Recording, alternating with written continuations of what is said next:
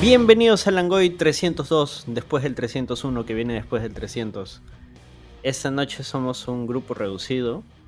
Solo somos Carlos del crew original y Diego, filósofo amigo del podcast e invitado recurrente en los extras. Buenas noches, Diego. Hola. ¿Qué tal? Y bueno, Carlos Verdeman. ¿Cómo están, muchachos? Ya regresa el programa. De a pocos en realidad, porque enero, febrero y marzo son meses bien complicados en la chamba. Pero estamos haciendo lo posible por seguir grabando. Ahora, sí, especie, ahora hay que explicarle al mundo por qué normalmente verano nos vamos a la mandanga. Verano para Anderson, que es contador y que chambea haciendo auditorías. No chambeo haciendo auditorías, llevo la contabilidad regular. Y verano es la fecha en la que se cierra todo, porque se tiene que declarar la declaración anual, se tiene que hacer todo lo que no se hizo en el año, se tiene que... Bueno, como todos los que han tenido que usar los servicios de un contador saben, la chamba de un contador es recontra, larga y tensa. Sí, manos, me voy a morir. Ya, y el verano también es el momento en el que normalmente... en mi trabajo profesional, personal, también hay más chamba.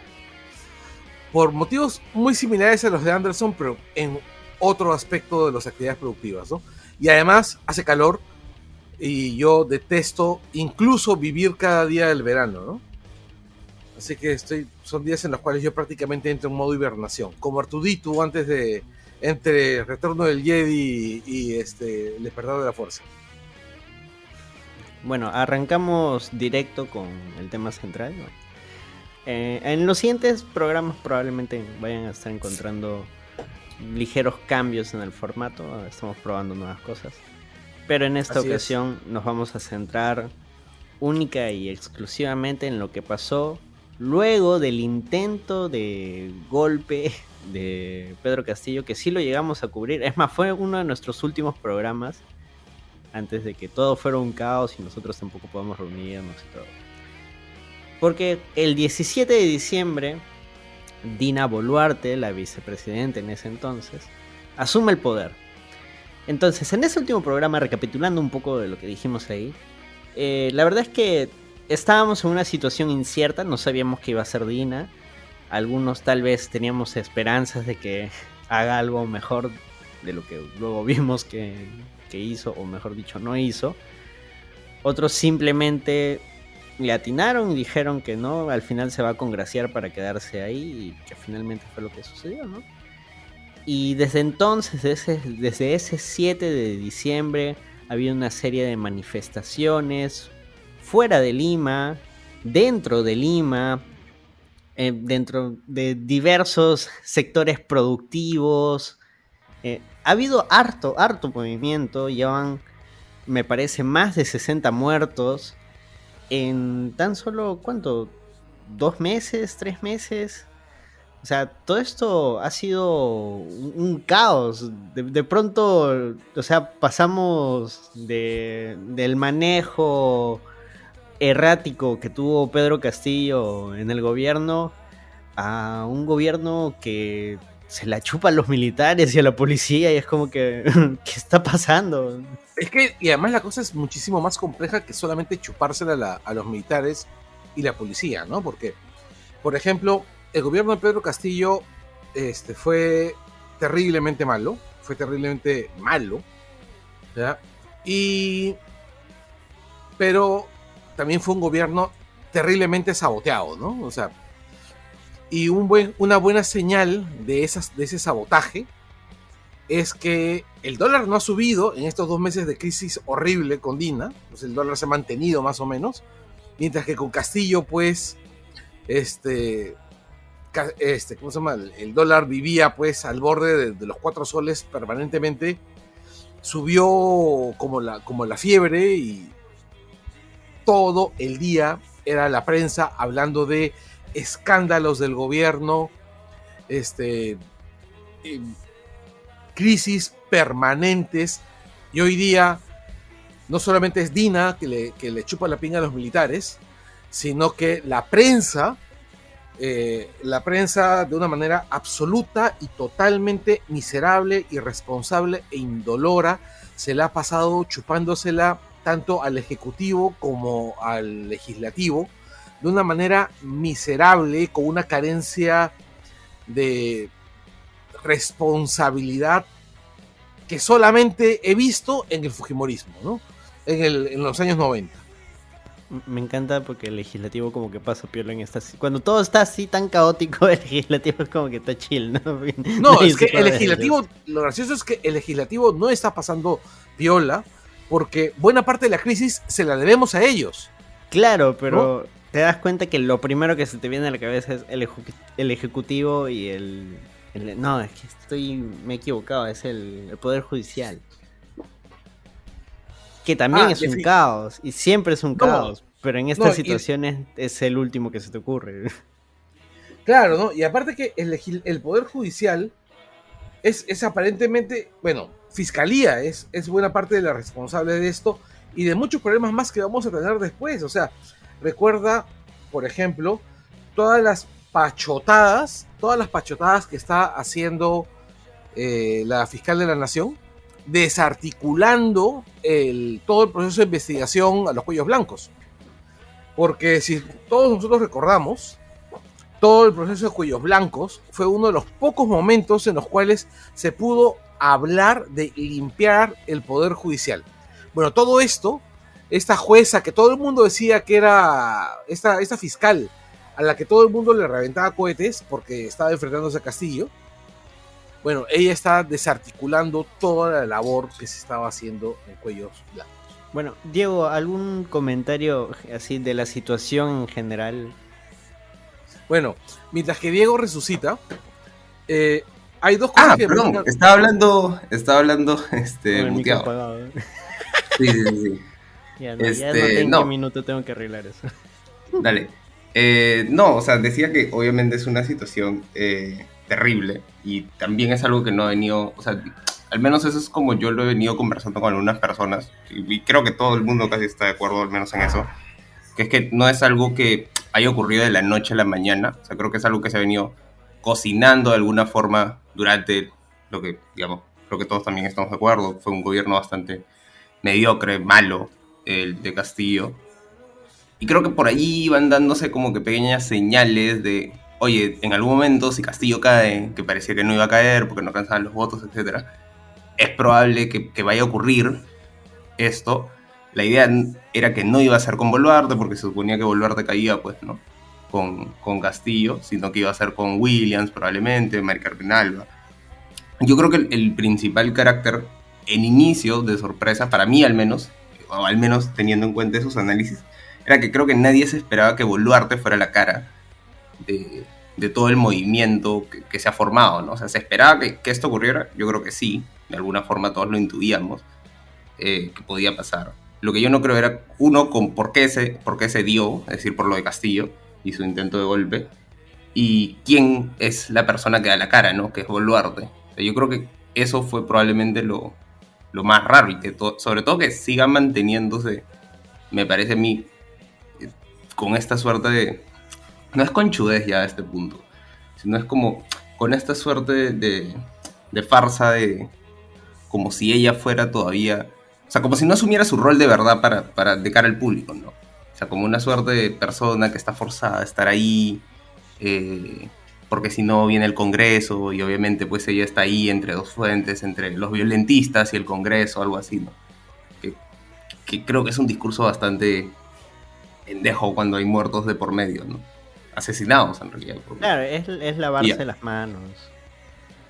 Bueno, pero también hay un tema con la ascensión de Dina al poder, que se reduce a todo se veía venir en el momento que el Congreso archivó las causas contra ella. ¿no? Sí, eso fue súper suspicious. No fue, era evidente que estaban preparando el camino para que Dina tome el poder y que definitivamente Dina ya había claudicado con ellos, ¿no? Y eso estaba súper claro y que era lo que iba a ver. Y bueno, es lo que hemos tenido, ¿no? A mí lo que me ha sorprendido, honestamente, es yo conversando con un amigo mío que tiene, la verdad, muy poco aprecio por los empleados públicos, me hizo un comentario que me pareció terrible, pero que de alguna manera hiperbólica, cruel, ¿no? Hasta cierto punto miserable. Me parece que se aplica a Dina, ¿no? Y es que Dina es la personificación del mando medio, del empleado público de mando medio, acostumbrada a obedecer y a aferrarse al puesto, como sea, ¿no? El burócrata menor, ¿no? Ahora está ¿cómo se llama?, de presidenta, y se está aferrando al puesto porque sabe que si cae, pues va a caer de muy alto y va a caer a Santa Mónica, ¿no? Mientras más alto, más fuerte la caída. No, es que en estos momentos Dina debe haberse dado cuenta que ella no es más que un cabeza de turco, ¿no? Y que, bueno, que la han cogido de cabeza de turco y que, bueno, su incapacidad de gestión, porque no es que poca capacidad de gestión, sino su nula capacidad de gestión, es lo que nos ha puesto en esta situación en este momento. Así es.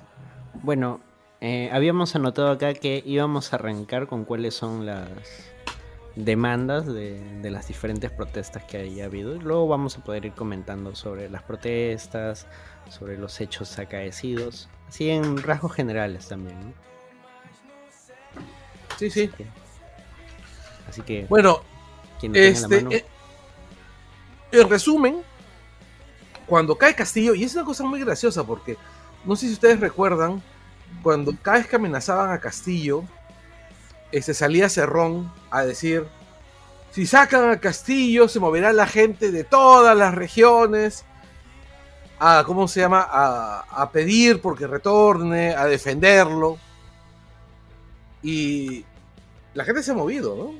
Pero y no le creímos. Cerrón was right. Pero no, a lo que yo voy es, ¿ustedes creen que la gente se está moviendo para defender a Castillo? Carlos, gran parte al inicio, por lo menos, de las protestas en el sur exigían la reposición de Castillo, o sea, por supuesto, y en determinado momento, o sea, sí pasó. Exacto, por supuesto, y en determinado momento dejaron de pedir la reposición de Castillo. ¿Y qué cosa comenzaron a pedir? Nuevas elecciones, asamblea constituyente. Y asamblea constituyente me parece que es un tema en el cual tenemos que detenernos, porque es la petición permanente de un sector fuerte de la izquierda desde hace muchos años, ¿no? Es el cuco de la derecha. Así es, en realidad es más el cuco de la derecha que el sueño de la izquierda, ¿no? Porque, vamos, la izquierda puede plantear la constitución más roja del mundo, pero esa constitución tiene que refrendarse en un referéndum, ¿ya? Y si no la aprueban, pues no la aprueban, pues, ¿no?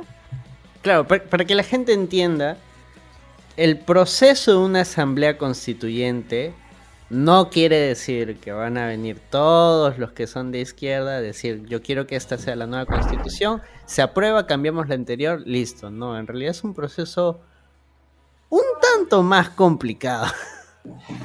Es bastante complicado, pero hay que entender una cosa, y me gustaría decirlo con todas sus palabras aquí. La derecha peruana ha articulado una campaña desde hace muchísimos años que se basa en expandir miedo, ignorancia e incertidumbre. Básicamente lo mismo que hacía Microsoft respecto a Linux, y Microsoft terminó abrazando Linux. Pero la derecha se ha dedicado a construir este discurso de miedo, de incertidumbre, de ignorancia, para también al mismo tiempo construir una posición tan radical que es indistinguible de la extrema izquierda ochetera.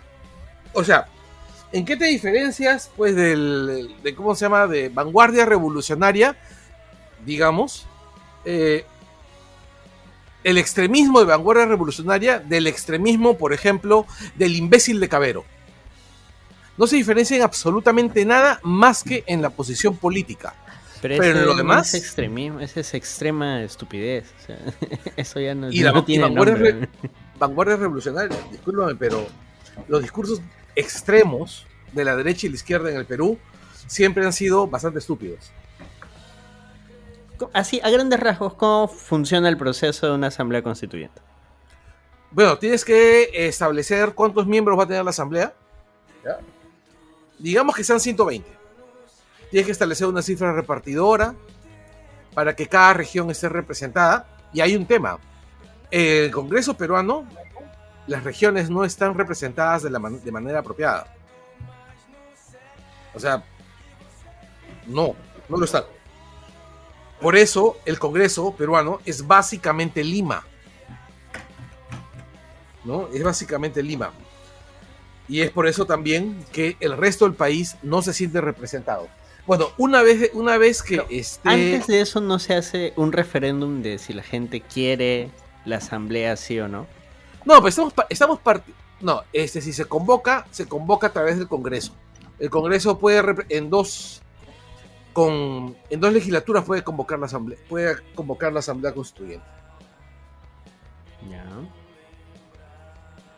Vamos a ver. Mira, voy a revisar la convocatoria, los mecanismos de convocatoria,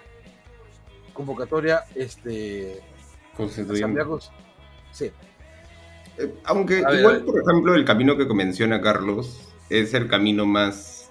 O sea, ya ese es el máximo... ya ese es el máximo esfuerzo de legitimidad, porque en realidad, si el Congreso quisiera, pero sería raro que lo haga, podría también instaurarla. Simplemente que existe esta discusión a un nivel...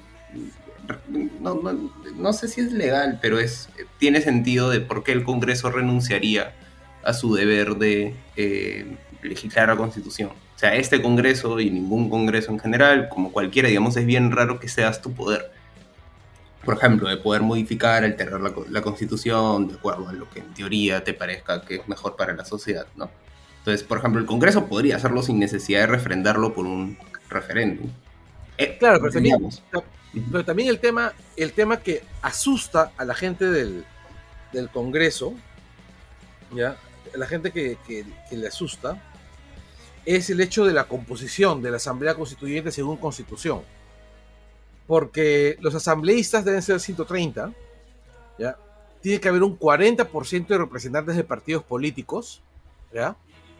Es decir, 40% se tiene que repartir entre la gente de Porky, la gente de Keiko, la gente de, ¿cómo se llama? La gente de todos los partidos, de derecha e izquierda. ¿Ya? Debe haber un 30% de candidatos o candidatas independientes, ¿ya? O sea, no afiliados a partidos. 26% de representantes de pueblos indígenas y 4% de porcentajes de representantes de los pueblos afroperuanos. Si tenemos 26% de representantes de los pueblos indígenas del Perú, significa que es muchísimo más representación que la que hemos tenido en todos los congresos que hemos tenido en el Perú desde el 90 hasta hoy, sumadas. Sí, eso es cierto. Ahora, igual ¿Entiendes? yo te diría, por ejemplo... Entonces, a lo que me estoy refiriendo es que una constitución en la cual haya un 30% de representantes de minorías económica y socialmente marginadas, representadas con escaños, hace que la derecha peruana se cague de miedo. Así, se cague de miedo. Diego, ¿qué ibas a agregar? O sea, yo justo iba a comentar algo que también cuando se habla de la constituyente igual es un poquito pinchaglobos, pero creo que en algún momento igual lo hemos hablado antes, el grupo y cosas así. Es que hay una noción que a mí siempre me parece graciosa hasta cierto punto de respecto al referéndum, como algo a lo que la derecha le tiene miedo y existe como esta cierta... No vamos a hacer referéndum, porque digamos, se da por automático de que el resultado va a ser sí, probablemente lo sea, digamos, pero sea por automático eso.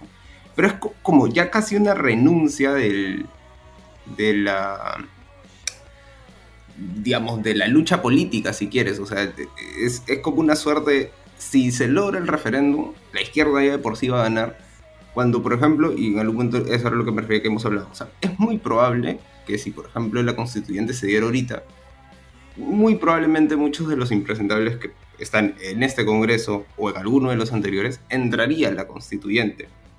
Y hay un punto en el que también valdría la pena preguntarse, ok, entonces, ¿hasta qué punto nosotros hemos construido, o digamos, la derecha no ha construido ya un batallón político lo suficientemente fuerte como para que aún si gana la constituyente, puedas poblar pues esa constituyente de los impresentables que están ahorita o no? O sea, hay, por ejemplo, que es una situación que yo siempre me cuestiono de, incluso si la izquierda gana en el corto plazo, o gana la demanda de la constituyente, siempre existe el riesgo muy fuerte de que la derecha gane la constituyente. Con este floro de no, nosotros vamos a hacer el control de peso, no vamos a dejar que sea Venezuela, cosas así. Claro, No, es una moneda al aire al final. No, además otro detalle, o sea, yo en ningún momento, mira, yo he hablado de el miedo de la derecha peruana, ¿ya? Y ese es el miedo que le están vendiendo a la gente también, porque estamos hablando siempre del tema del discurso. Es que es más fácil. Y como tú debes saber, Diego, discúlpame, Anderson, para terminar este puntito, es como tú debes saber, Diego, el discurso es muy distinto que la realidad. Obviamente, no, sí. O sea, simplemente digo que yo no creo que sea solamente, a eso me refería, yo no creo que sea solamente discursivo, ¿ya? O sea, para mí hay una suerte de, me da la impresión, hay una suerte de pensamiento ya interiorizado de que si llegan a ese punto, que lo entiendo, que digamos que si llegas al punto en el que has hecho tanta defensa a la Constitución de 93, tanto boicot a la posibilidad de un referéndum o de una asamblea constituyente, que si llegas al punto en el que eso se cae, ya no puedes ganar nunca más. Que podría pasar, pero que yo, por ejemplo, la veo muy difícil y que no entiendo esa ya, es que ¿sabes por qué lo veo? Porque, o sea, ¿por qué asumo que se comportan de esa manera? Lo hacen por dos motivos muy, muy sencillos, ¿no? El primero es que ellos entienden con claridad, además, posiblemente sea lo único que entiendan con claridad, es que toda su posición se basa en esparcir incertidumbre, miedo, ignorancia, bla, bla, bla, bla, bla, bla, ¿no? O sea que todo es básicamente propaganda. Y hay un tema importante con la propaganda, ¿no? Que cuando tú quiebras el nivel de sostenibilidad, ¿no? Este nivel de credibilidad, hay como un gap, ¿no? Hasta que tú puedas rearticular tu estrategia, ¿no? Uh-huh. Y ellos le tienen muchísimo miedo a ese gap. Piensa en todo lo que le ha costado a la derecha más conservadora y ramplona del Perú reconstituirse después del 90. O sea, para volver a tener, porque en este momento el Perú está exactamente en el mismo nivel de poder, en el mismo nivel, o sea, hablando políticamente, en el que estábamos en los años 90, con un poder absoluto, no solamente a nivel político, sino también a nivel social de la derecha peruana. Es que, y a lo que voy es, le ha costado a la derecha peruana, le ha costado, ¿cuántos años? ¿30? 20 años, 20 años, 22 años, volver a ese nivel de poder. Es que, o sea, y en realidad, si lo vemos así, tiene cierta lógica. Es un método de control al final, o sea, como bien dice Diego, hay una alta probabilidad de que se hace un referéndum, la gente pide una asamblea constituyente y esta asamblea constituyente finalmente sea a favor de la derecha. Y muy probablemente ellos lo saben y son conscientes de que pueden hacer eso, pero que igual acarrea un riesgo. ¿te conviene correr ese riesgo? No, entonces es mejor meter miedo en la gente para evitar todo ese proceso. Mejor mantenemos el statu quo. O sea, igual ellos saben que probablemente podrían salir ganando si se hace una constituyente. Podrían cumplir sus sueños más húmedos cambiando varias cosas de la constitución. Pero saben que implica un riesgo, entonces es mejor mantener todo como está, metiendo miedo de que una asamblea constituyente destruiría todo y dejar las cosas como están. Sí, tal vez. Pero bueno, y finalmente, dentro de esas demandas, que son tan sencillas como Dina renuncia, nuevas elecciones y asamblea constituyente, es que hemos iniciado todo un proceso de manifestaciones, protestas, con todo lo que conlleva, ¿no? Ha conllevado más de 60 muertos, ha conllevado la degradación de la institucionalidad nacional, ha conllevado que los manifestantes vengan a Lima, pero también ha conllevado a que nos demos cuenta qué tan miserables son nuestros vecinos, ¿no? O sea, cuando no sé si ustedes han escuchado a sus vecinos repetir, bueno, pues que la policía debería meter más bala, deberían matarlos de una vez, ese tipo de cosas.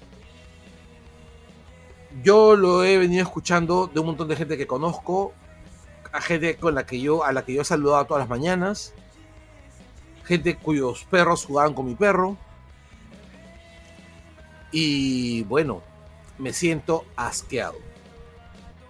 Las manifestaciones en el sur del Perú, que vendría a ser principalmente, o sea, no exclusivamente, principalmente Cusco y Puno, sí han sido de las más fuertes, en muchos casos de las más violentas. Pero bueno, estamos hablando de Puno, donde ya hace unos años la gente muy molesta con fue el alcalde de Ilave. De Ilave, claro, le prendieron fuego, ¿no? O sea, sabemos que la gente está dispuesta a todo.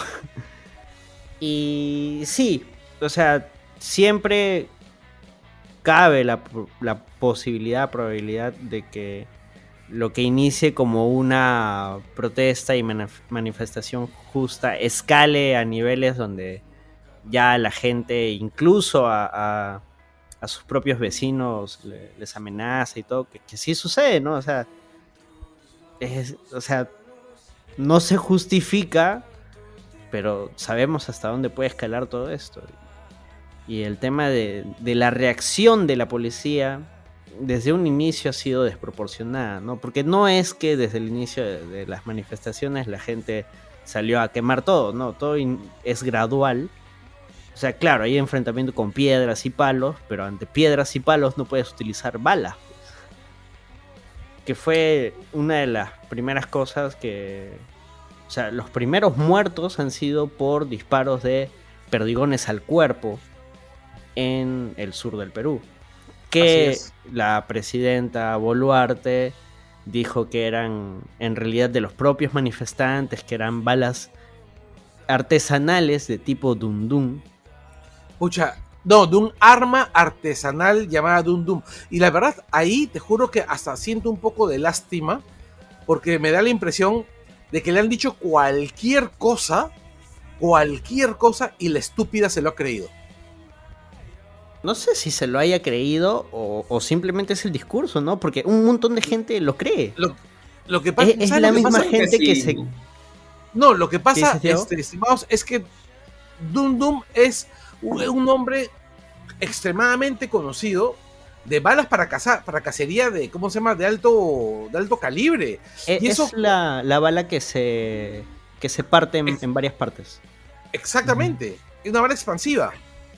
Ajá. Sí, o sea, imagino que sí, o sea, sí debe haber versiones caseras. Arma tu Dum Dum tutorial de YouTube.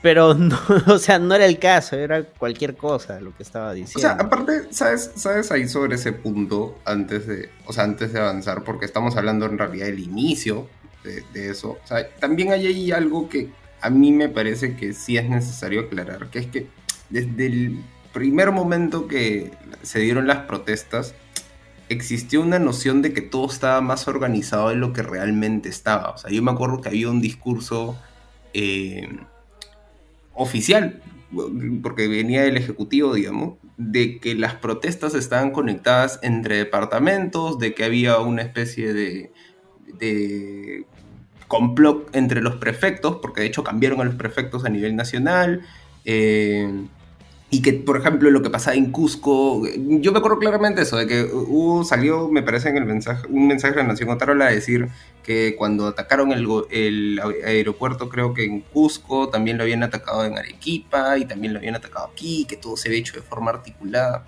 Cuando si tú vas siguiendo las protestas, te vas dando cuenta, o sea, al inicio, digamos, te vas dando cuenta de que, incluso ahora, de hecho, es un movimiento que está desarticulado, muy desarticulado, porque Claro, vienen no de es cuatro distintos suyos. grupos. Exacto. Y es, exacto, y le han dado como una especie de...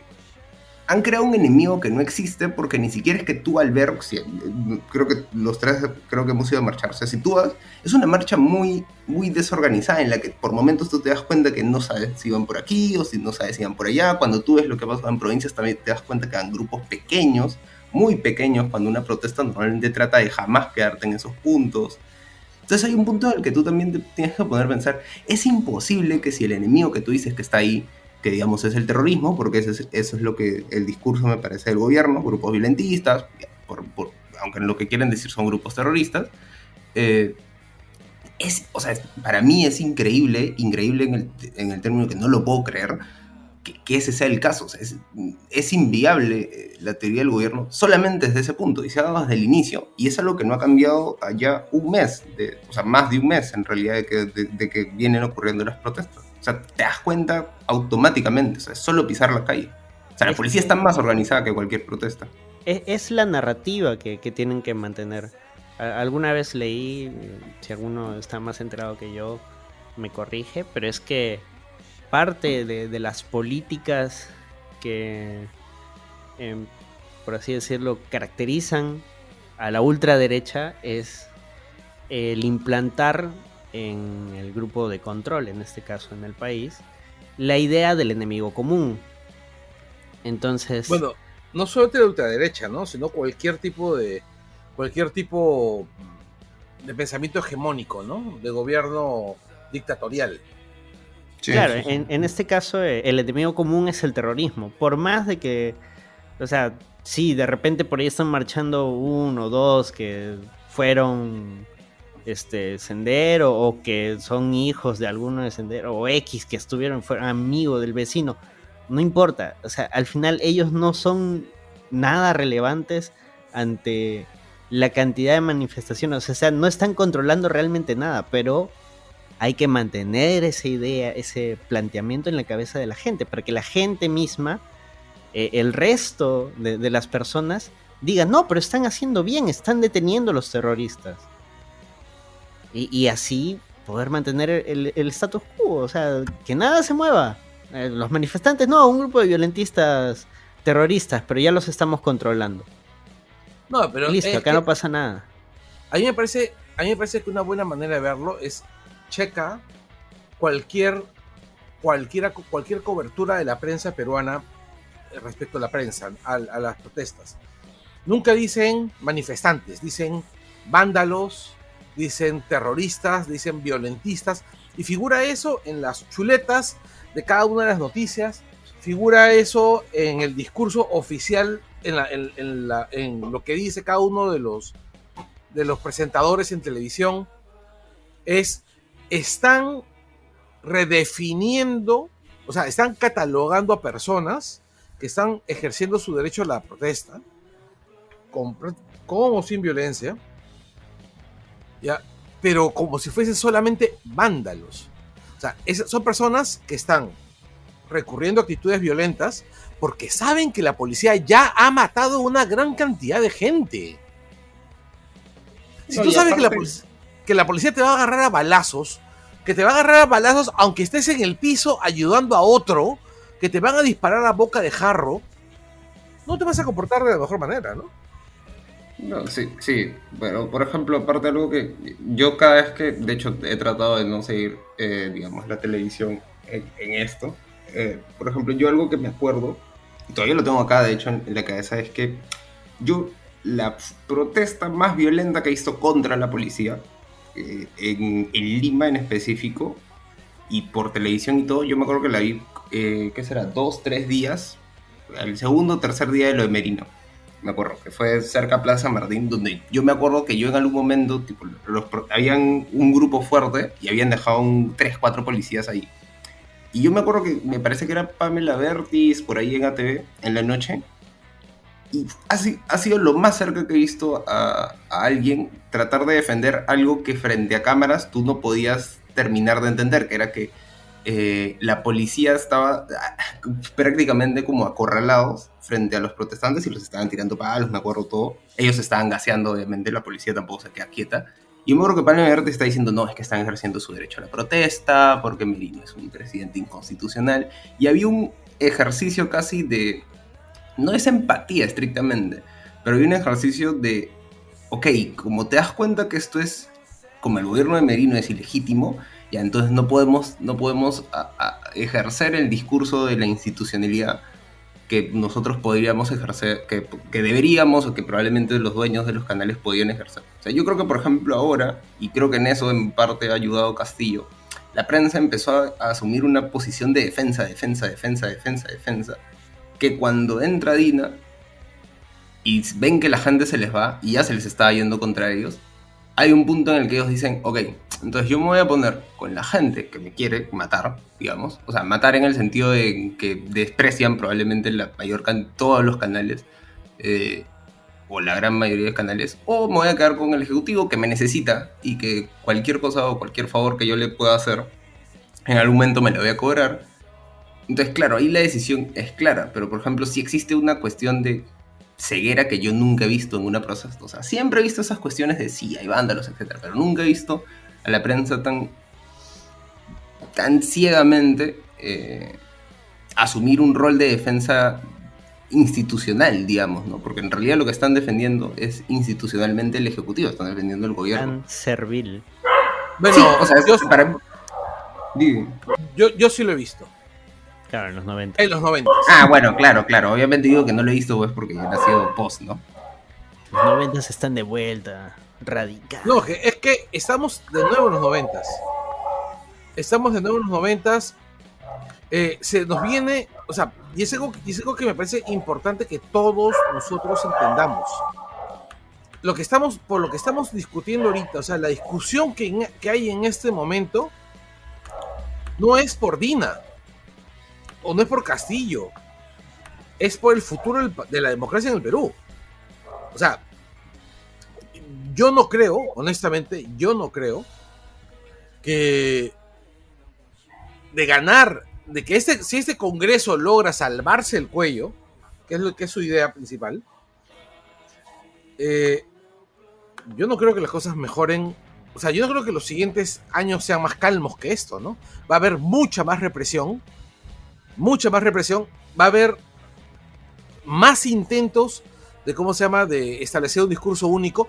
Acuérdense que este gobierno ha intentado meter gente por poseer libros marxistas en tu biblioteca. O sea, estamos llegando a un macartismo realmente criminal.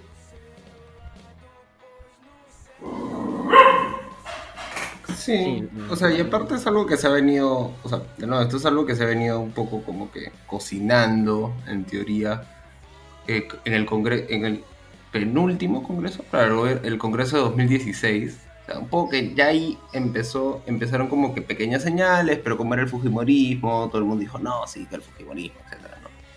Y en el congreso del 2020, que digamos en donde está Merino y toda esa gente, ya ibas viendo como, por ejemplo, Frente Amplio, y poco que siga prestando también para ese tipo de cosas. Y yo siento, por ejemplo, que ahora Yo, por ejemplo, sí no creo que el Congreso logre salvar su cuello, principalmente porque no veo que el Congreso logre cohesionarse más allá del, ok, tenemos que quedarnos. O sea, yo siento que cualquier tipo de medida que el Congreso quiera tomar... No, pero es que eso es salvar su cuello.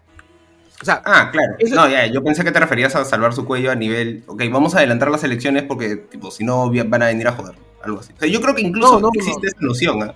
De que probablemente ellos podrían salvar su futuro político No, si adelantan las olvídate. elecciones. Pero yo creo que no Olvídate. pueden lograr esos consensos. O sea, esa por ejemplo, es mi...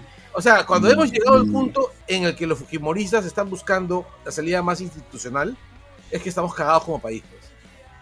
Sí, claro. O sea, cuando ellos son los que, digamos, están ofreciendo la salida más, en teoría, razonable, o tienen una posición más razonable respecto a las protestas, sí, hay un punto en el que te tienes que preguntar, ah, ok, ya llegamos a ese punto. Claro, hemos llegado al punto donde que la escoria de la escoria, discúlpame amigo, si eres que nos estás escuchando, si eres fujimorista, puta, estás apoyando a la más grande escoria de los últimos años, desde Leguía.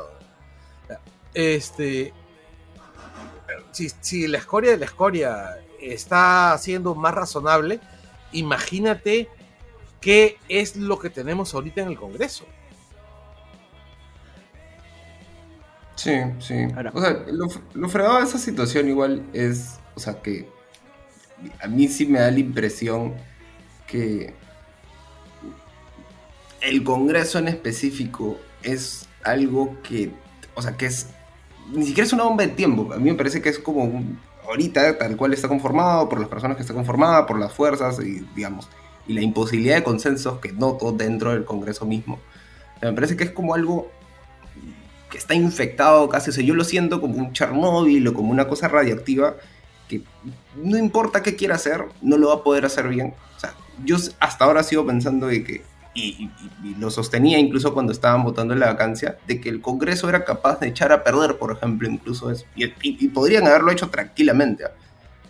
Y, por ejemplo, a ese nivel de cosas que se les entregan a la mano al Congreso, yo pienso, pues, de estos patas jamás va a salir una salida. O sea, me sorprendería mucho a este nivel que lo haga. O sea, digamos, el Congreso de Merino era el mismo, tenía el mismo nivel, pero entendieron, me parece un poco más, con la ayuda de la prensa, digamos, o con la presión de la prensa, entendieron un poquito más rápido que no tenían apoyo, que la gente no los quería, y probablemente apretando los dientes y tapándose la nariz, tuvieron que optar por la salida más, digamos, más institucional, que era votar a sacar a Merino y meter a Sagasti, ¿no? Pero yo siento que este Congreso, incluso si lo entiende, no lo puede lograr.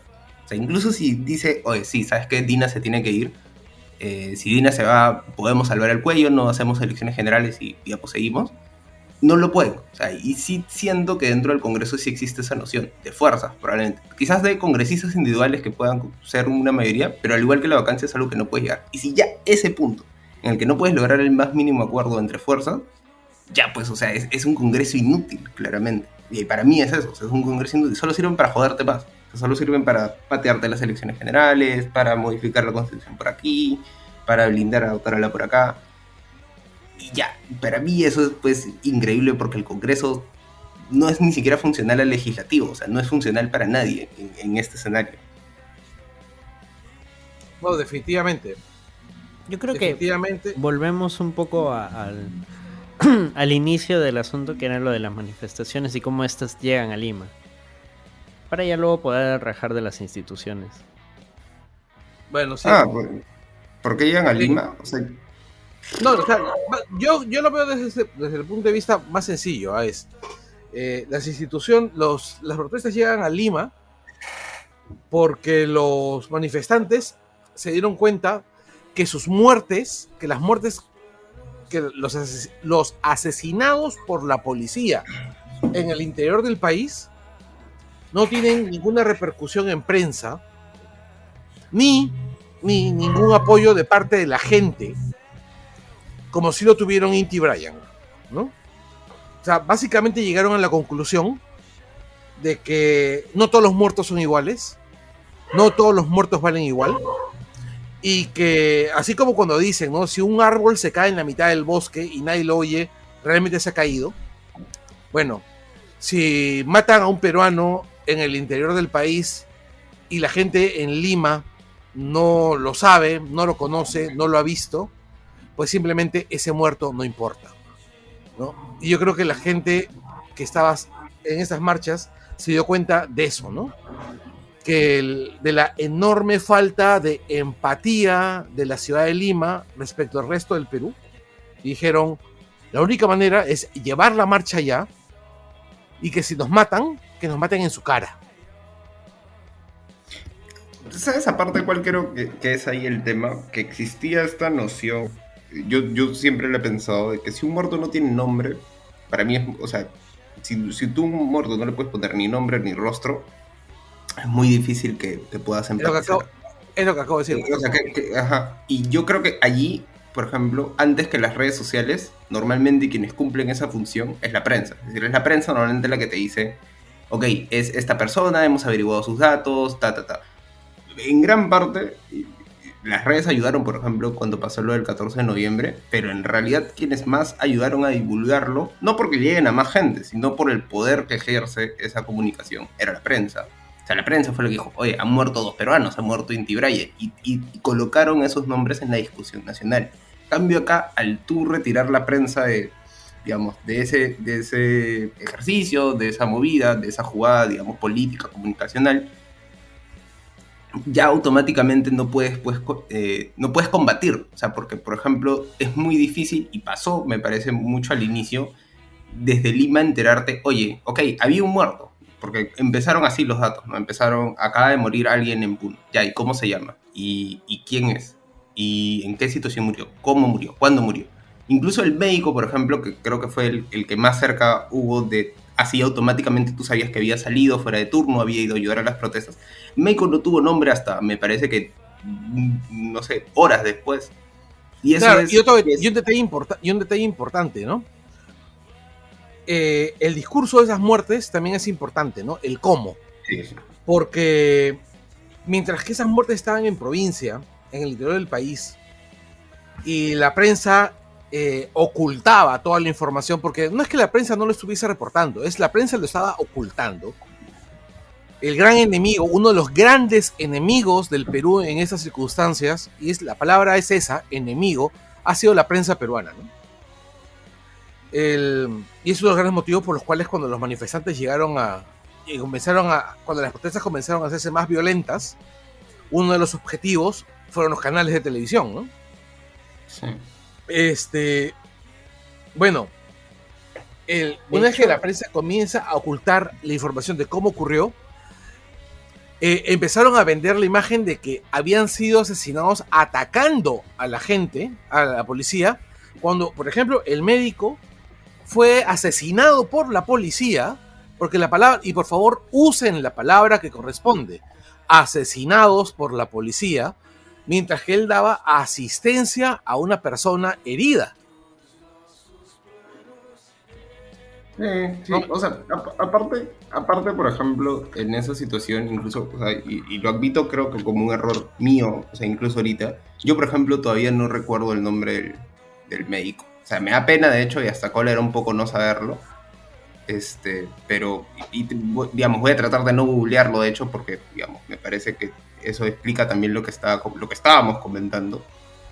Que es que a mí me parece que incluso dentro de, o sea, si ya dentro de las personas que estamos de acuerdo a favor de las protestas, ese ejercicio de recordar, de poder saber, oye, este es el nombre de la persona, murió así. O sea, si ya en nosotros es difícil, es mucho más difícil sin ayuda de mecanismos como la prensa o como las redes, que eso pase a otras personas, por ejemplo. O sea, incluso en los idiotas de la derecha que salen a negar lo de Inti Brian, el nombre de Inti Brian está muy bien colocado. O sea, ellos saben que se llaman Inti Brian. Los pueden llamar vándalos, terroristas, lo que quieras, pero lo tienen colocado. En cambio aquí, o sea, es mucho más fuerte la violencia porque no solamente les estás negando nombre, no solamente no los...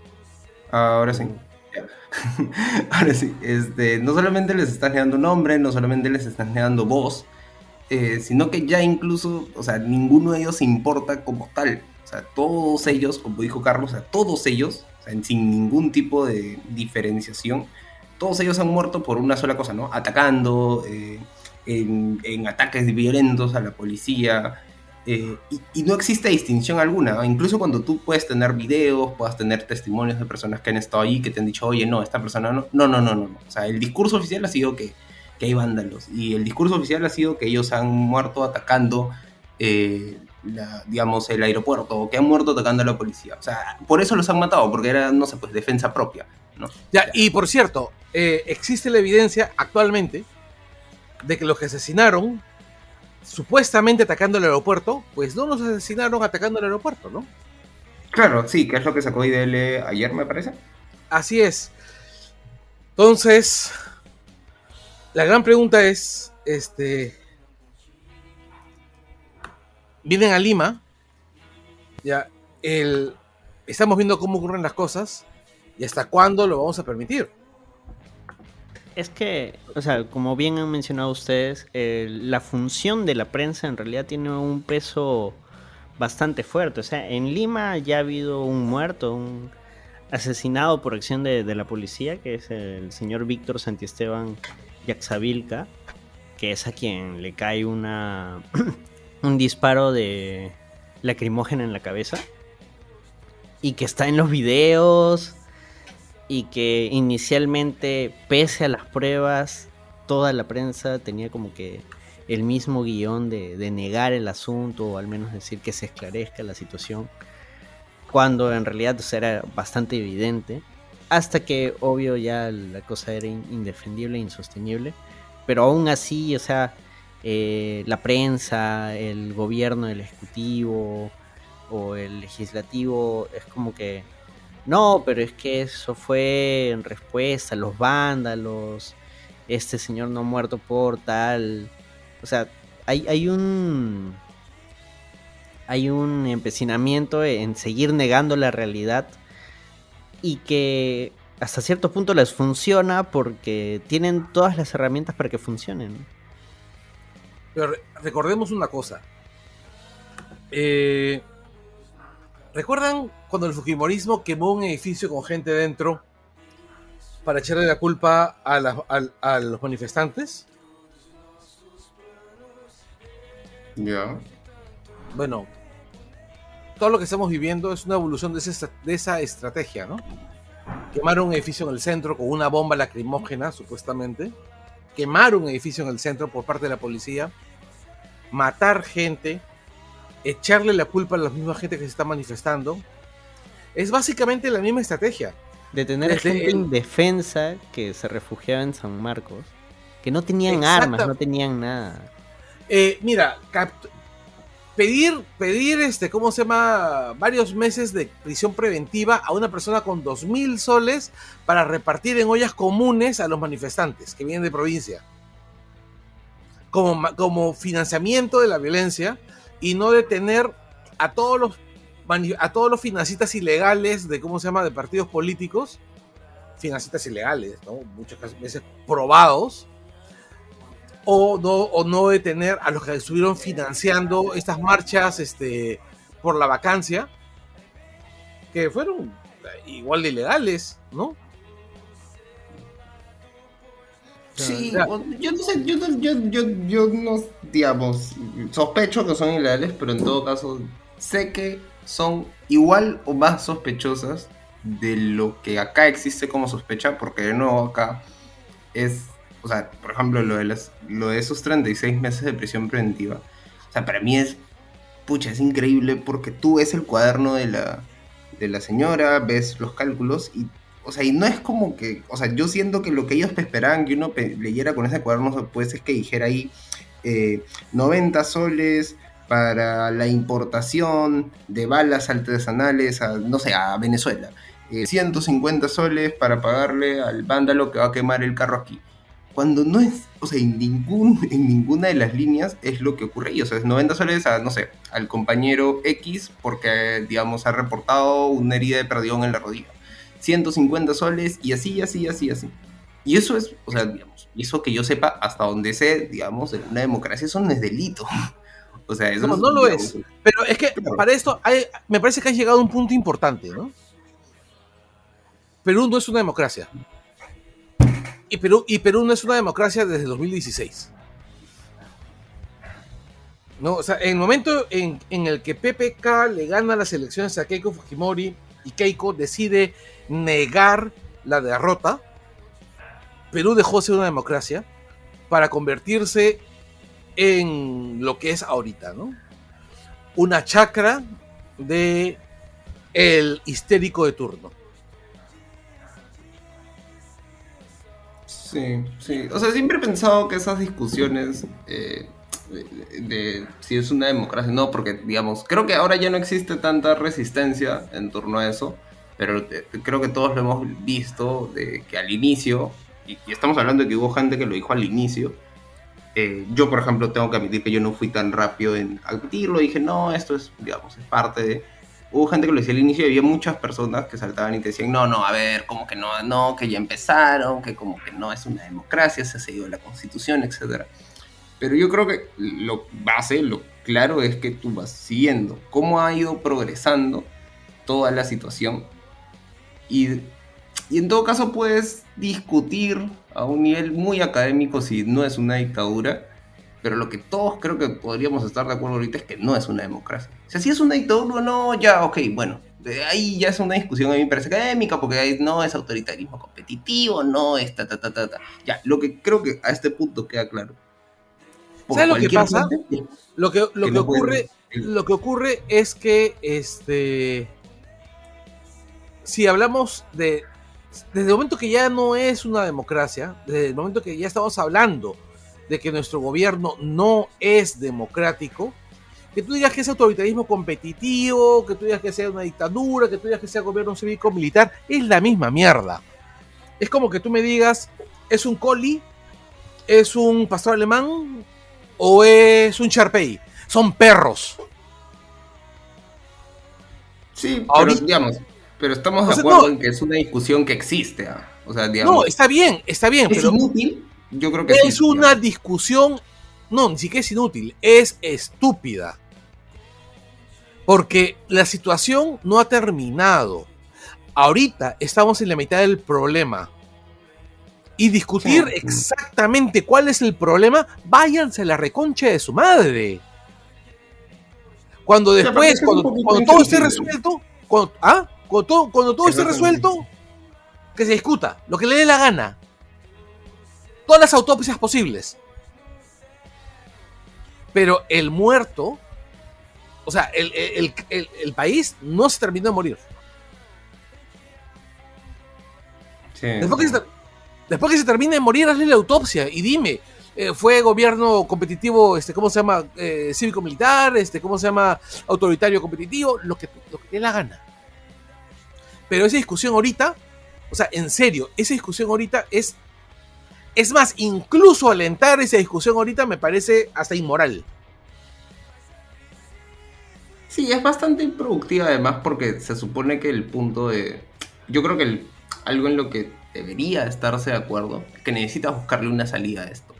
Y detenerte a decir que lo he visto de personas, digamos, catalogadas de centro, de no, tenemos que detenernos y encontrar mutuos acuerdos y esto. Pero cuando tú intentas conversar con esas personas o entablar, digamos, conversación, siempre las discusiones en las que acaban quedándose son de tipo formal, son de, ya, pero no, no le puedes decir eso al gobierno, o no, no puedes decir que todos los policías son asesinos, o no, no puedes decir que la institución X, Y, y ahí para mí ya es como un, ya pues hermano, entonces tú no quieres una solución, tú quieres Tener la razón. comodidad, exacto, o quieres simplemente tener la razón, y ya esa es otra cosa, ¿no? O sea, ya ahí No, ya no hay un tema, sirves, digamos, ¿no? ya hay un tema que a mí me parece dramático con los partidos o las personas o los colectivos que se dicen que tienen posiciones de centro, ¿no? Y es básicamente que son unos huelepedos y unos cobardes. Y hay una frase de Gramsci que para mí define lo que debe ser un ciudadano, ¿no? Que es odio a los indiferentes, ¿no? Es el texto de el discurso, ¿no? Así es. Bueno, Gramsci no escribió gran cosa tampoco, acuérdate, ¿no? Sí. O sea, lo mataron rapidito. Y bueno, Gramsci, mira, tú puedes estar de acuerdo o no con él, pero hay tres cosas que me parece que se pueden desprender de la lectura de Gramsci. La primera es que una ciudad sin ciudadanos, mejor dicho, un espacio político, necesita el ejercicio político. Y el Estado es un espacio político. Los ciudadanos, todas las personas que viven en una ciudad, que viven en un estado, todos estamos, con el solamente hecho de vivir, ya es un acto político. Y luego, la indiferencia hacia el espacio en el que vives, la gestión, la manera como se lleva, eso es absoluta y totalmente despreciable y te convierte en un enemigo de tu propia ciudad, de tu propio país. Sí, bueno, sí, pues, y eso es algo que no va a cambiar, además, creo. O sea, es algo que no, que definitivamente gente, no. Es algo que mucha gente igual estaba criticando. O sea, mucha gente estaba criticando y siempre me parece que el foco era en los morados. Pero para mí era algo que trascendía a ellos, porque aparte de que no me parecen un grupo muy representativo, me parece ahora, que es algo que aparece sí, y sigue, ¿no? Y va a trascender todavía.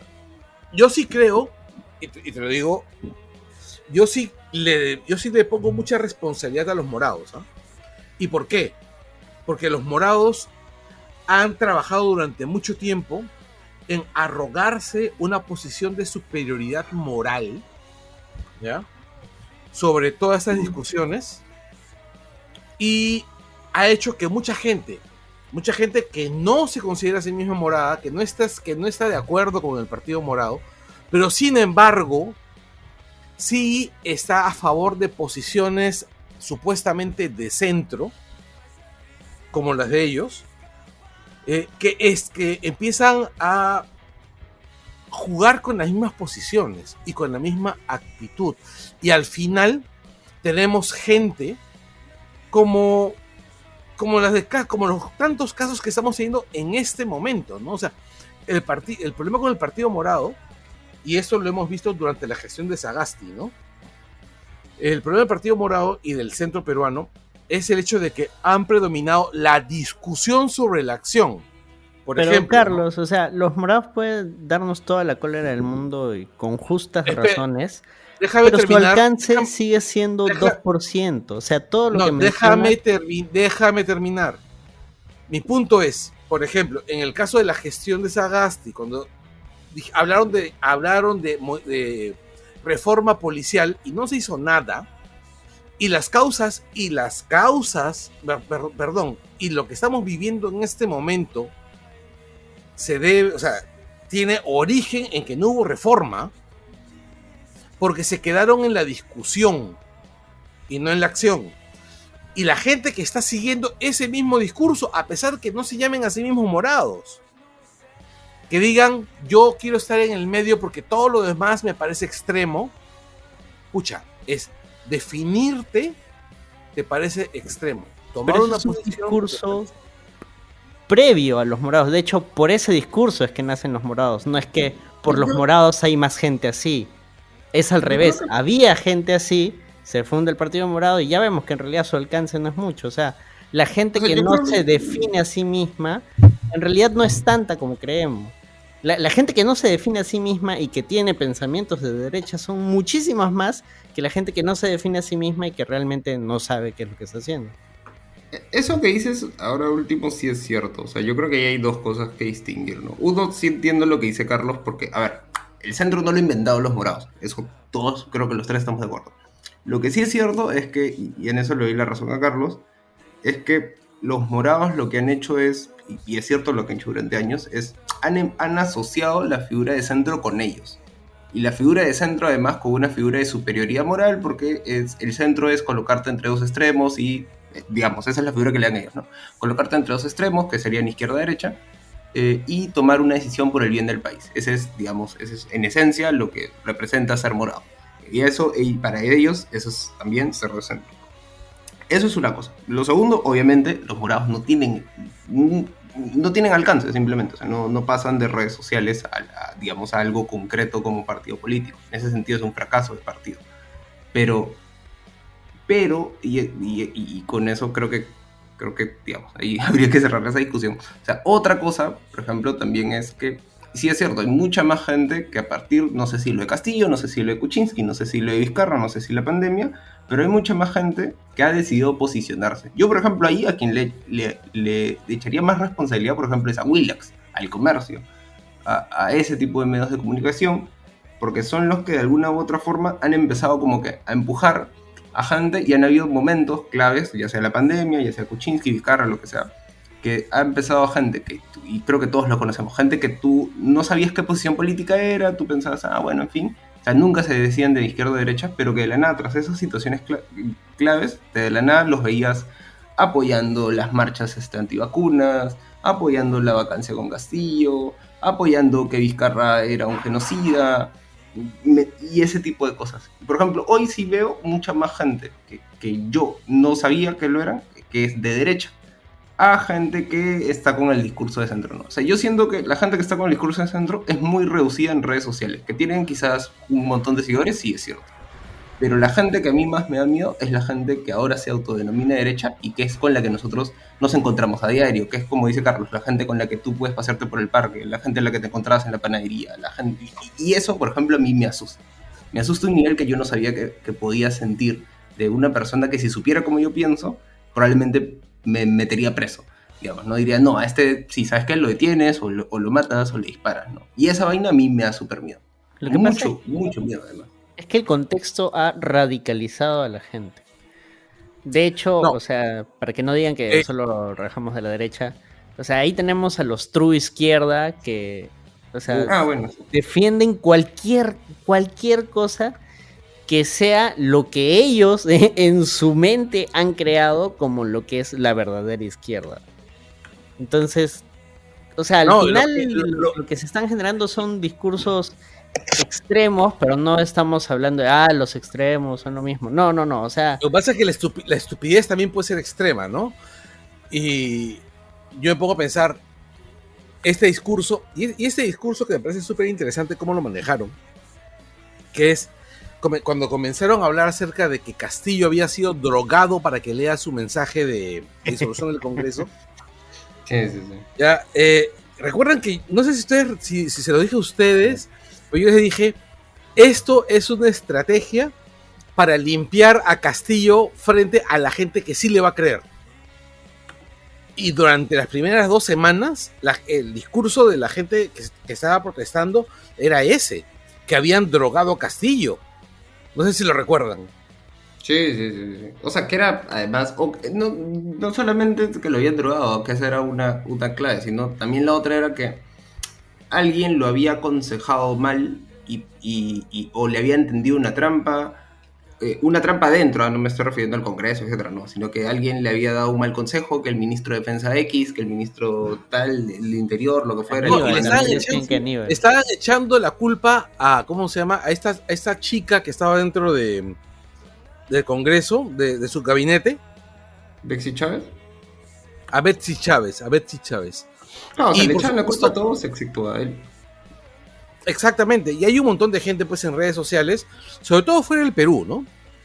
Sobre todo fuera del Perú, porque una de las cosas que a mí siempre me ha dado mucha risa es cómo fuera del Perú, bueno, Oppenheimer siempre opina sobre el Perú de una manera realmente estúpida, pero básicamente porque Oppenheimer es un estúpido, igual que sus lectores.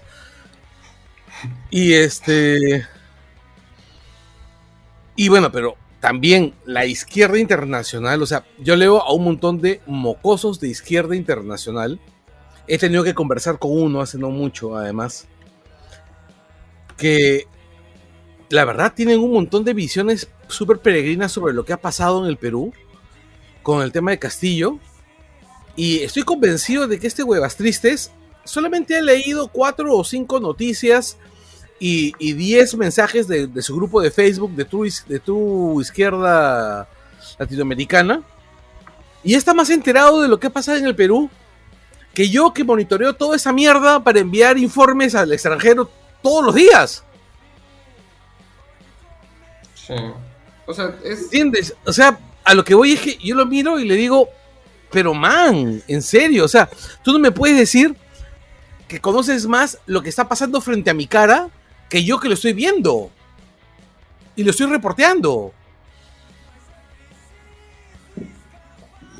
Sí, aparte hay algo que sí es cierto que a mí me pareció muy peligroso muy al inicio, después lo dejó de hacer.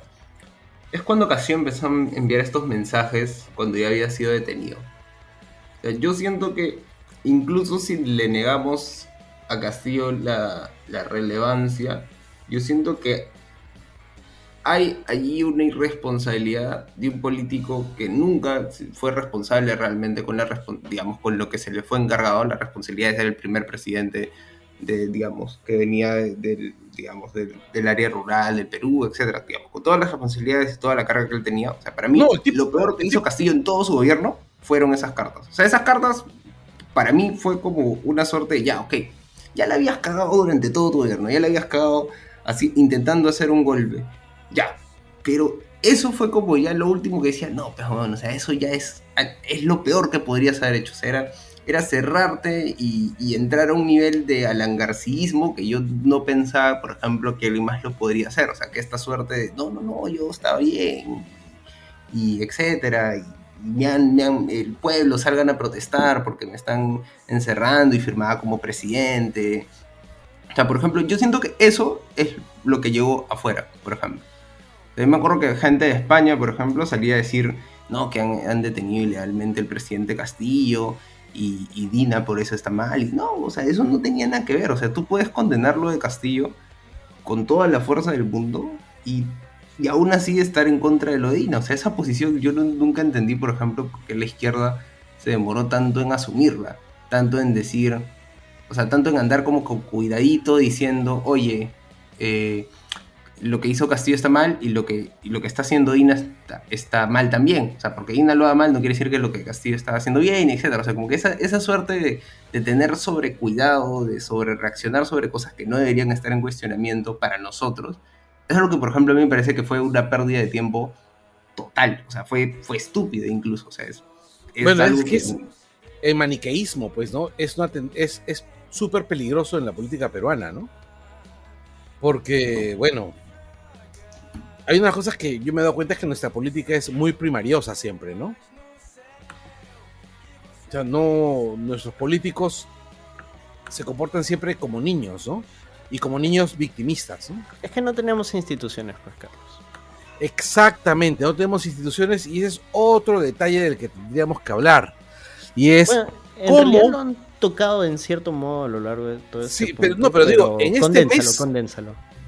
Que desde el momento que Dina ha llegado al gobierno, que esa ha sido la segunda semana de diciembre hasta el día de hoy, las instituciones peruanas se han degradado muchísimo más que durante todo el gobierno de Castillo. Porque la degradación no solamente ha alcanzado a las instituciones del Estado, no solamente ha alcanzado al Poder Judicial, no solamente ha alcanzado al Congreso, que ha caído aún más bajo de lo que nosotros pensábamos que podía caer, no solamente ha alcanzado al Ejecutivo, sino que ha tocado a toda la sociedad civil. Ha tocado a tu viejo, a tu vieja, a tu hermana, a tu hermano, a tu vecino. O sea, ha degradado a todo y a todos. Sí, aparte es una situación jodida porque siempre en la mayoría de crisis, por lo menos desde las que vivimos viviendo desde 2016, tú sabías a qué actor o a qué institución, que podía ser una institución de mierda infectada de corrupción, digamos. Esos podrían ser matices que gente podría poner, ya, chévere.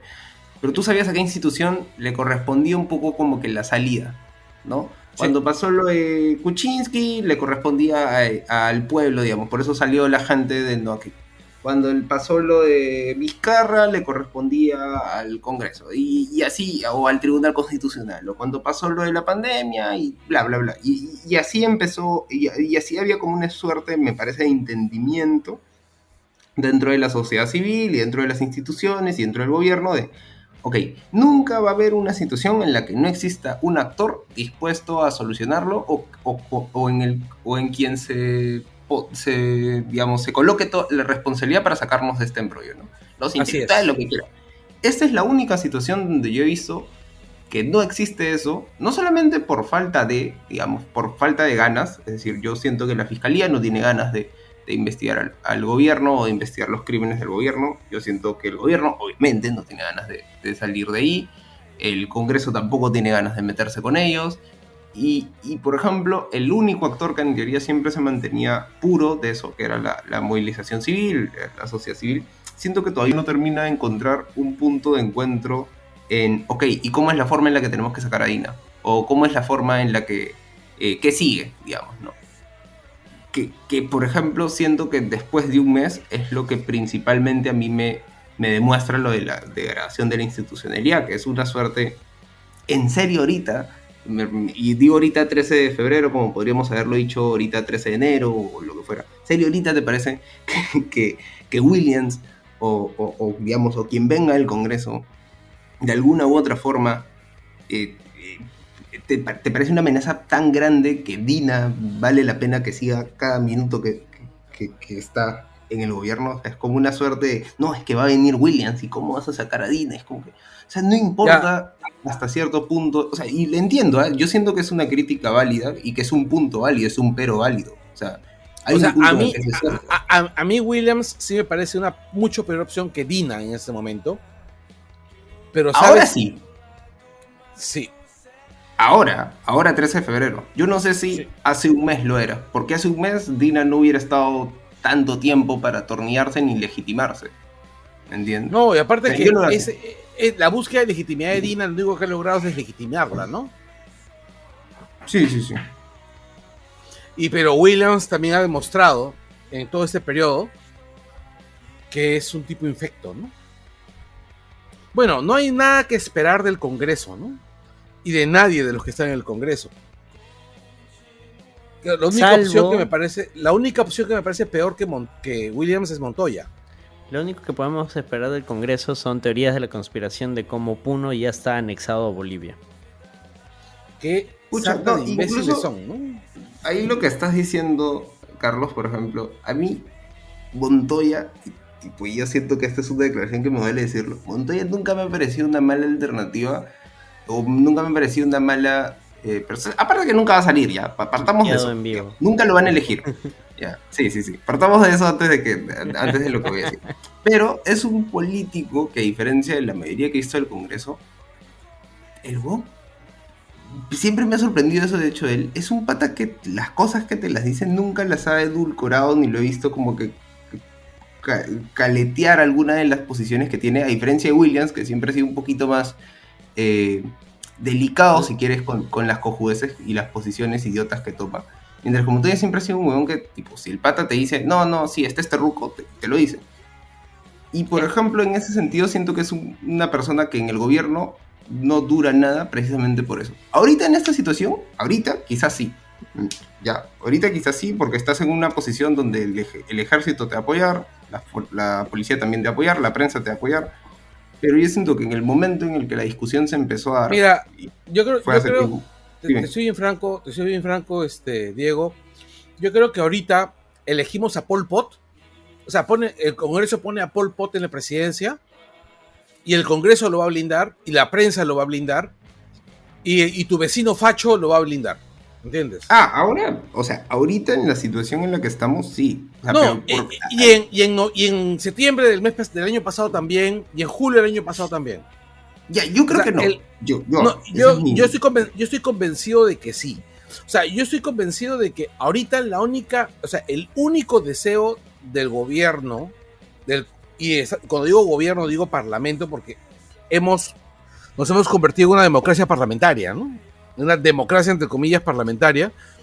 porque las modificatorias a la Constitución caletas que ha colado este Congreso, básicamente le han quitado todo tipo de balance a los poderes del Estado peruano y han convertido al presidente pues en una figura menos poderosa de lo que era. O sea, mira, te digo, yo creo que al Congreso solamente le interesa que el presidente sea el sujeto más facho posible. Nada más.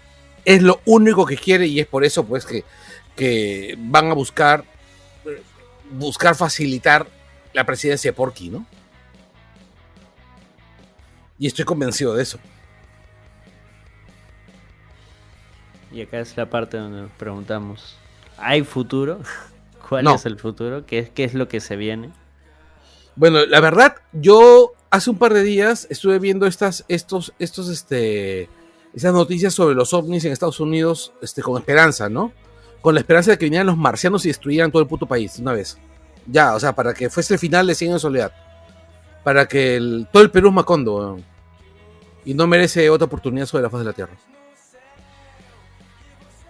O sea, al final, o sea, lo que se espera es que hayan elecciones, pero por cómo se están peloteando las cosas, van a terminar su mandato, pero el tema es que van a terminar su mandato, manifestaciones van a seguir y Así va a es. seguir habiendo muertos.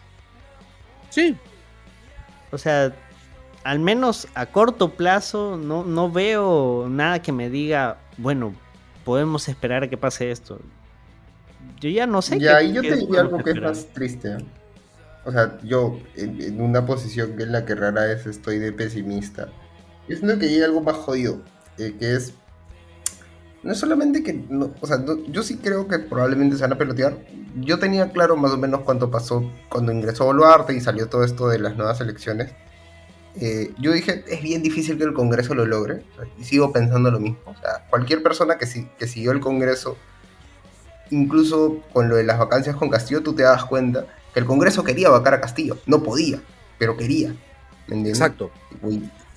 Y, o sea, y eso es un hecho, ¿ah? Tipo, si el Congreso no vacó a Castillo, es porque los votos no le daban y porque entre ellos mismos no lograban ponerse de acuerdo. En algo en lo que todos ideológicamente estaban de acuerdo, ¿ah? O sea, que para mí era impresionante. O sea, tú veías y todos te decían lo mismo, no, sí, que tiene que salir. Y al momento de votar, no lograban. O sea, no llegaban ni siquiera al mínimo que ellos tenían que llegar. O sea, obviamente los votos de la izquierda necesitaban, porque creo que llegaban a 86, siempre se quedaban por un voto, por dos. No, es que nunca llegaban, nunca llegaron a los 86, que es lo peor. O sea, ni siquiera... Por eso, siempre se quedaban por unos cuantos votos, o sea, por poquísimos votos. Y en ese sentido, por ejemplo, a mí lo que me parece que es peor es que hay un escenario ahorita que no me parece tan improbable, es en el que el Congreso se va a pelotear de la responsabilidad con el gobierno, pero lo que yo siento que va a empezar a diluirse son las protestas, que es algo que a mí me da la impresión que va a ser algo que me parece triste, pero que me parece que es muy probable, que es que ha existido una suerte de resignación, lo noto, en el que ya, ok, bueno, estamos con un gobierno de mierda, sí. ¿Lo podemos sacar? No. Y yo nunca he visto esa suerte de resignación, porque también nunca he visto esa suerte de resistencia. Es decir, es bien difícil que un gobierno te aguante tanto tiempo. Ahora, Castillo aguantó bastante, ¿ya? Sí, claro. Más de lo que creo que cualquiera le daba, digamos, esperanza. Pero, digamos, el gobierno de Boluarte en ese sentido, a ver, también tiene una fecha límite. No se puede perpetuar mucho tiempo y todos sabemos que la mierda al final en algún momento se tiene que ir. Yo estoy convencido de que Boluarte se va a ir y cuando se vaya, ella es la que va a acabar pagando todo esto. No Tarola, no el periódico El Comercio, no Perú 21, no, digamos, Cecilia Valenzuela no va a ir a la cárcel. Quien va a ir a la cárcel es Dina Boluarte. Entonces, pero a mí sí me da la impresión de que las protestas pueden empezar a diluirse al no encontrar una salida. Porque si lo que era la salida más clara, que eran las elecciones, no se van a dar, ¿qué te hace pensar que la Asamblea Constituyente se va a dar? ¿O bajo qué fundamento podrías tener esperanza de que Boluarte va a renunciar? O sea, si lo que tenías tú más claro que podía darse eran las elecciones, porque Boluarte te decía que sí, porque el Congreso te decía que sí, porque la prensa te decía que sí, y el Congreso no podía, digamos, o sea, no puede hasta ahora. sea, ¿qué te hace pensar que las otras salidas lo van a hacer? Y si no puedes conseguir ninguna de tus salidas, ¿hasta qué punto te conviene seguir protestando? ¿Hasta qué punto te conviene meterle energías a algo que tú sabes que no tiene futuro? ¿No? O sea, ese es, por ejemplo, un escenario que yo noto No, es que, jodidamente desolador, pero que es posible. Es que ese es el escenario. El escenario es ese, o sea, la calle va a morir de inanición. Sí. O sea, va a morir más gente, la policía y el ejército y Dina, asesina hija de puta, va a matar, va a asesinar más gente y a nadie le va a importar. Eso es lo que ocurre. Ahora, obviamente siempre existe el escenario ideal, digamos, o un No, escenario dentro de todo lo que estamos hablando. El escenario que yo veo más factible como salida es, para mí, es que el Congreso mágicamente logre un consenso. Ese es el único escenario que veo institucional que podría darse. Y para mí el Congreso no podría, pero digamos, el escenario que yo noto que va a tener que pasar es uno de dos. O logran un consenso para las elecciones, o logran un consenso para sacar a Dina, porque ya no les es funcional. Una de esas dos es la única salida que yo, digamos, veo como posible a todo lo que está pasando. O sea, yo creo que si el Congreso no lo logra, no veo otro tipo de salida. A no ser que mágicamente la prensa le suelte la mano y empieces un poquito a presionar a Boluarte para que renuncie, o a Otárola para que renuncie, o se dé una traición desde dentro, que en algún momento le saques una declaración desafortunada a Otárola y le hagas admitir que el ejército o la policía ha matado a personas. Yo veo muy difícil que el gobierno tambalee sin que alguien le meta cabe, ¿no? Ahorita todo está muy perfectito para ellos como para que eso falle. Son estúpidos, por lo tanto, pueden fallar, sí. Pero si eso no se da, yo creo que está en manos del Congreso. Y el Congreso no lo va a lograr, ¿no? Entonces ahí se dan mis esperanzas. Pero ese es el único escenario ideal, digamos, que yo veo como salida. Que sería algo que respondería en parte a las protestas, ¿no? Otro no lo veo, ahorita. Sí, yo pienso que no hay.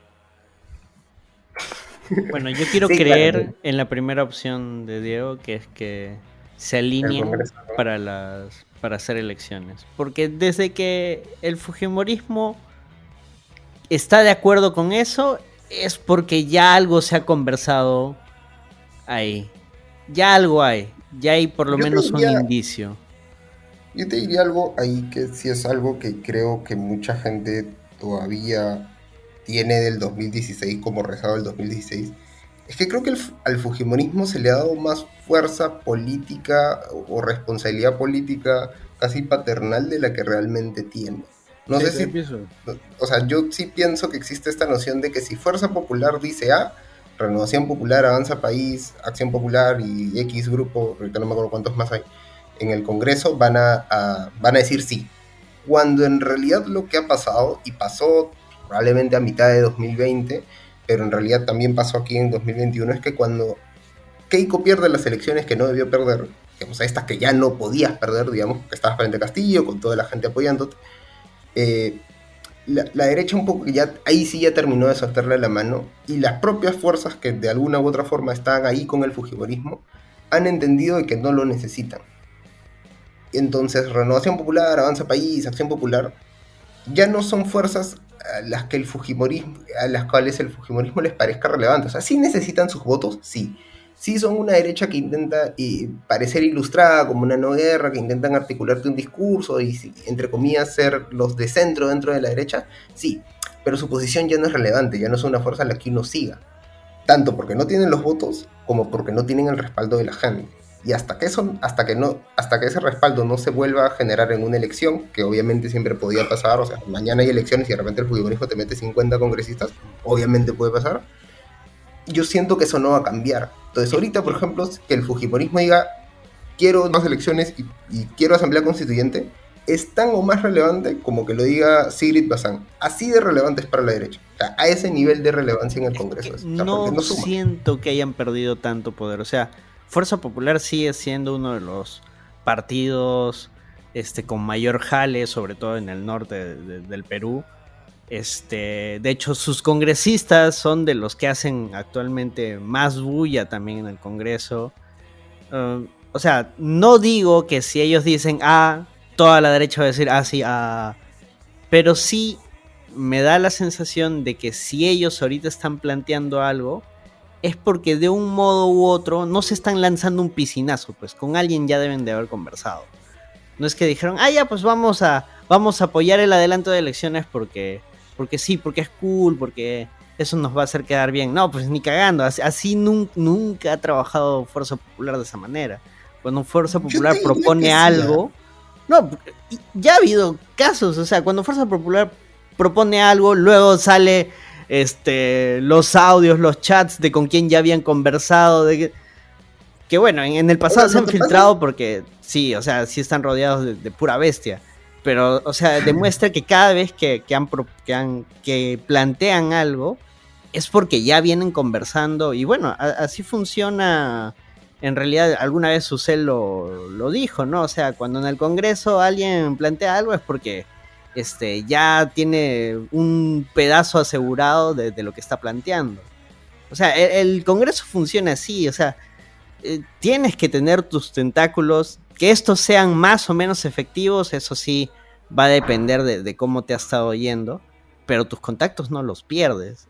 Esa es la base de cómo llegas al Congreso, ¿no? Salvo que seas genuinamente una bestia, como varios partidos como por ejemplo, no sé, Perú Libre, que al final muchos pensaban que eran súper poderosos, pero dentro estaban recontrapeleados y actualmente están súper divididos.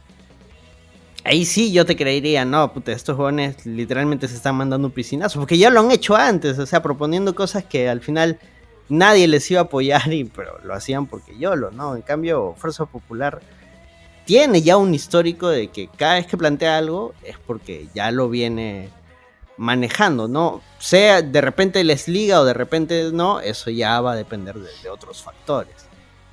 Yo de ahí te diría algo ya, que es que y me vengo convenciendo de eso desde cuando Fuerza Popular estuvo en el gobierno, en el Congreso que estuvo Merino, estaba Dítil Columbus, Marta Chávez. Cada vez más Fuerza Popular está empezando a ser, me resulta rara esta oración, pero para mí es así, está empezando a ser la fuerza caviar de la derecha. Entonces, ahorita la derecha no quiere a alguien caviar, ¿ya? Quieres a alguien de extrema. ¿Por qué? Porque cuando las papas quemen, el de extrema no puede retroceder, o sea, tienes que avanzar nomás. Fuerza Popular, lo que siempre los he visto, y eso sí es un comportamiento sistemático, es que ellos reculan cuando las cosas ves que se salen de control. Keiko, si algo tiene, es que tiene un olfato cuando se da cuenta que las cosas están mal y entonces saca una declaración, estoy a favor de la declaración del adelanto de elecciones, estoy a favor de la vacancia con Pedro Castillo, etc. Y rara vez habla si no es cuando las papas empiezan a quemar. Y Fuerza Popular siempre ha demostrado eso, o sea, cuando existe una posición que no es aceptada por el público o que se da cuenta que el público quiere otra cosa, retrocede y dice, uy, ok, ¿saben qué? Vamos a ser lógicos. La única diferencia es que en la mayoría de otros congresos, cuando eso pasaba, Fuerza Popular era el que daba el primer paso, pero todos seguían porque era la posición lógica. Y porque, en fin, ¿me entiendes? Porque llegaba a ese punto que decíamos al inicio con Carlos de, oye, pucha, si Fuerza Popular lo está haciendo, ya, pues, ¿me entiendes? Tipo, si estos idiotas que son los más idiotas y son los más desgraciados y son una escoria y son lo que quieras, digamos, si ellos están tomando esta posición, nosotros no nos podemos quedar atrás. O sea, nosotros no podemos estar peor que Fuerza Popular. Ahora lo que pasa es que Fuerza Popular ya no es la vara con la que tú mides algo, porque Keiko perdió relevancia en el Congreso. O sea, que tengan poder, sí, como te digo, ellos pueden meter congresistas, pero ahorita, como tal, la fuerza de Keiko no suma. ¿Me entiendes? O sea, Keiko no es una política ahorita relevante para el Congreso. No es que su voz, no es que ella mañana salga y más allá del fujimorismo alguien vaya a decir, oh, wow, Keiko, qué sabias palabras. No, o sea, Keiko se ha pronunciado a favor del adelanto de elecciones hace tiempo. ¿Eso ha cambiado en algo? No ha cambiado en nada la decisión del Congreso. Entonces Fuerza Popular tiene poder, sí, pero ese poder no se ve representado en el Congreso, y el Congreso no tiene por qué tenerle miedo a Fuerza Popular. Al final tienen no sé cuántos congresistas, pero las otras fuerzas suman más. Entonces, a eso era lo que me refería. O sea, Fuerza Popular sí está tomando una decisión basada en cálculo político, sí, pero su cálculo político está errado porque el cálculo político del resto es más inteligente. Es más de, no necesito fuerza popular y el gobierno me va a apoyar, la prensa me va a apoyar y me puedo quedar sin necesidad de ellos. Ellos se pueden caviarizar, yo no. Y caviar eso no, tengo mis 40 votos para bloquear, no sé, para bloquear el adelanto de elecciones y ya está. Claro, pero ahí mi punto es que yo no siento que se estén lanzando. De repente, al final han pactado con alguien y estos alguienes los van a traicionar. O sea, que también puede suceder, porque como dices, no les son útiles. A lo que veo es que si plantean algo es porque dentro sienten que sí lo van a lograr. Por eso también dije, o sea, puede que al final ni siquiera lo logren. Pero, o sea, yo sí creo que con alguien deben de haber conversado. Ahora, que estos contactos con los que han conversado al final les hagan un caso real, eso no lo sabemos. Como tampoco sabemos, de repente alguien puede estar extorsionando, también, pues, o sea, eso sí es cierto. ¿Sabes cuándo te das cuenta cuando pasó este tema del adelanto de elecciones que el fujimorismo cambió la fecha? O sea, que había el acuerdo que sea 2024 y el fujimorismo retrocedió y dijo 2023. Y ahí te diste cuenta que hubo un acuerdo porque Avanza País se picó y Renovación Popular se picó y Acción Popular se picó y era como, oye, has roto el pacto, mano, ¿qué fue? Y se lanzaron y empezaron a atacar y entonces empezaron a bloquearse entre propuestas. O sea, sí habían entendimientos. Lo que pasa es que yo siento que el Fuerza Popular colocó lo de 2023 sin muy bien tener la aprobación de todos. Y eso te das cuenta al toque por cómo fue votado. O sea, esa vaina no había sido consultada por todos ni había sido aprobada por todos. Había sido aprobado por Montoya de repente, etcétera, por alguno que otro, pero no por las fuerzas totales. Claro, ese finalmente es el problema, ¿no? Que al final o sea, no sabemos cómo, o sea, ahorita no hay forma de predecir, de decir, no, sí va a haber elecciones, no va a haber elecciones. Lo más probable es que no, pero por cómo ves que funcionan las cosas, de repente mañana nos sorprenden. Sí, o sea, en un mes podríamos grabar este extra y tener otra completamente mirada del Congreso. Programa principal. Sí. No, perdón, podríamos grabar otro Langoy y tener otra mirada completamente distinta del Congreso y de cómo se mueven las fuerzas y de qué posición tiene Fuerza Popular. Pero es porque y la próxima semana y mañana también, o sea, es porque el Congreso es una mierda en ese sentido. O sea, es que un mes somos Bolivia. Sí, o sea, es muy difícil de decir. Y en ese sentido, sí, pues, o sea, lo que decía Carlos al inicio, que no hay futuro, es en parte por eso, porque la institución más confiable, digo confiable en el sentido de que tú sabías que el Congreso o los congresos que existían siempre tenían una posición muy clara de si iban a votar que sí o que no sobre tal o cual cosa. Este Congreso no la tiene. O sea, tú mañana puedes poner una votación sobre X cosa y realmente tú no sabes si la van a rechazar o no. O sea, por ejemplo, mañana se podría votar la vacancia contra Dina Boluarte y no existe ningún periodista que se vaya a mojar diciéndote, no, esto lo van a rechazar. Porque ya existe el miedo de, no, pucha, ya me han fregado con esto. O ya han cambiado algo que se suponía que estaba dado. O los votos de estos.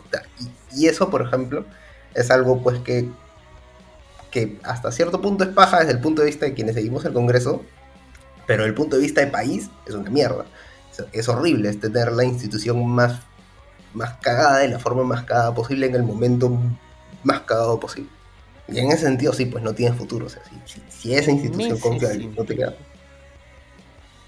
Yo creo que y ahora sí, con eso ya cerramos. Carlos, ¿algo que agregar para poder cerrar el programa? No, la verdad me ha deprimido mucho tener que hablar del tema. O sea, nosotros era necesario. Sí, nosotros en el Langoy siempre hablamos de política. Pero esos últimos 2 meses, esta situación en general, a todos nosotros, a todos los miembros del programa, nos ha deprimido tanto que de una u otra manera hemos estado evadiendo tocar el tema, ¿no? Y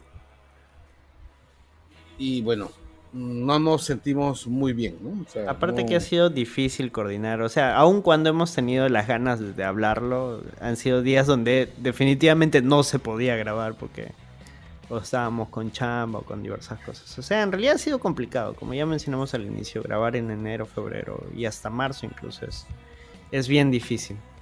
Pero por eso digo, era de todas maneras necesario grabar este programa.